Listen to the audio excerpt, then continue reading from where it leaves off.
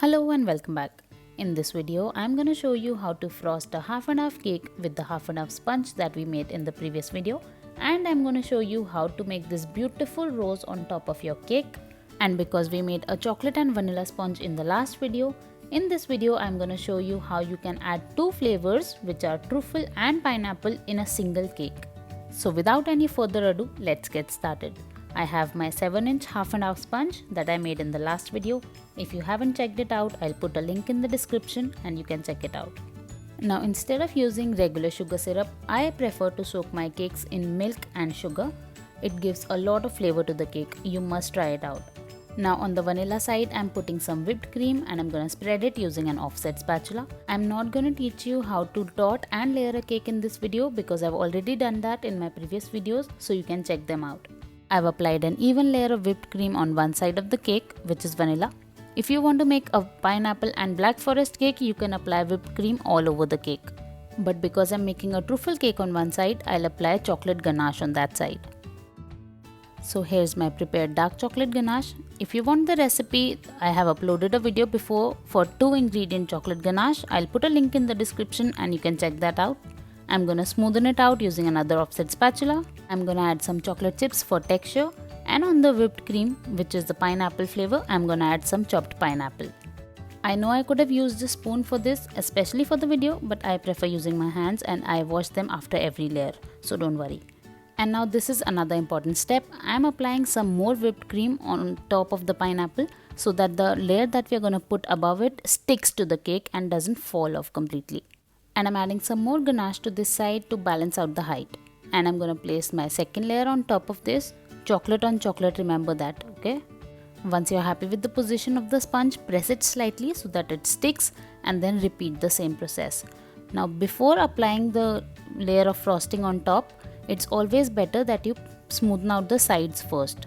The reason behind this is that sometimes there's not enough frosting on the sides, and if we put the frosting on top first, the layer sinks from the sides and the cake is not even.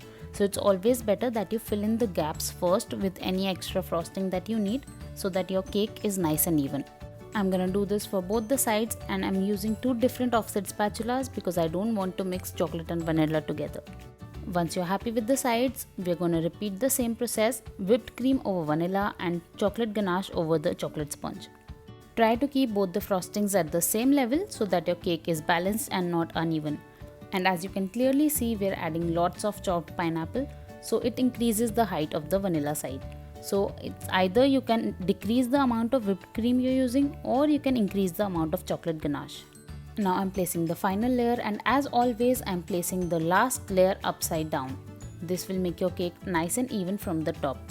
Now repeating the same steps, we are going to cover the cake in a thin layer of frosting, and this is called crumb coat.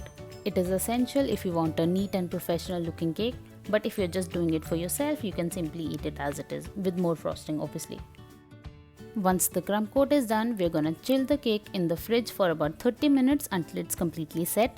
And after that, we're gonna apply another layer of frosting. After applying ganache on the chocolate side, I'm using a cake comb to add texture to the sides. It might take a few scrapes before it looks perfect, and it's perfectly normal. You just need to hold the comb at one place and move your turntable slowly. Once you're happy with the texture, you can move on to the next side, and I'm gonna apply whipped cream and I'm going to repeat the same thing. Once the sides are done, I'm gonna smoothen out the top by bringing in the excess cream at the edges to the center. And now for the most amazing part, let's start with the rose. I'm gonna use a petal tip, and I've colored my whipped cream with some pink gel color. Make sure that the thinner end of the tip is facing upwards. I'm gonna start by piping out a small bud in the center. It's just an inverted cone. Try keeping your piping bag at one place and simply turn your table. And now I'm going to start making petals. I'm going to start by making very small petals, and as you can see, it's an inverted U. You have to start from the center of the petal before. Like for every successive petal, you need to start from the center of the petal before that and make an inverted U. Try to keep the size of the petals as even and as similar as you can, and increase it from time to time. And please pardon the light, it's fluctuating because of the chocolate and vanilla thing. But as you can see, I'm just making inverted U's and I'm increasing the size of the petal gradually. Now I know it looks very simple, like I'm only using a petal tip and that's it, but it took me a lot of time and practice to get here. And I would suggest you don't directly make your rose on the order that you're doing or on your cake directly. Try doing it on butter paper squares or on cupcakes. Try smaller. But once you get the hang of it, it's only petals. Like that's it, that's all you have to do. You have to pipe petals all over the cake. You can pipe it out in the same color, but I decided to do an ombre, and so I added a little more pink color to my cream to get it a little darker. One most important thing to keep in mind is not to fill your piping bag a lot, because the heat of your hand will only melt the cream and you won't be able to pipe any petals and it'll just be very mushy and messy. And do not work in a very hot room. Try working in an AC room if possible, or keep chilling your cream from time to time, because your cream needs to be cold if you want it to hold its shape.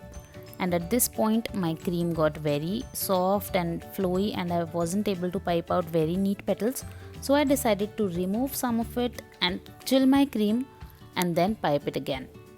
So let's do a quick recap of the things you need to keep in mind. Make sure that the thinner end of the tip is facing upwards. Make sure your cream is nice and cold once you start piping. Make sure you do not fill your piping bag up to the very top, otherwise the heat of your hand will simply melt it and you won't be able to make a pretty rose. And that's it. It takes quite a lot of patience piping out each petal individually, but the end result is definitely worth it. Just look at how pretty it looks. And now to complete the look, I'm using a small closed star tip to pipe out shells at the bottom. You can pipe out dollops or even small dots. It's completely up to you, whatever you think is right, whatever you know how to do. If you want to make shells, please practice it beforehand. Now our cake is almost done and I'm using some sprinkles to complete the look. I've added some sprinkles on both the sides, like both the joints, to make it look pretty. And with this, our half truffle and half pineapple rose cake is complete. Oh wait, it's not. I'm gonna add a really pretty topper to complete the look. I got this handmade topper from a really talented artist on Instagram, and this is not sponsored, I just really like her toppers, and if you want to order for yourself, I'll put a link to her Instagram in the description and you can check it out. And with this, our half and half pineapple and truffle rose cake is finally complete. And please let me know in the comment section how you like it. I feel it's really pretty. Please let me know if you agree with me. And if you try this design, please share your pictures with me on Facebook and Instagram at Baked Goodness by Manvi. I hope you like this video. Please give it a thumbs up and subscribe to my channel. Press the bell icon and I'll see you next time.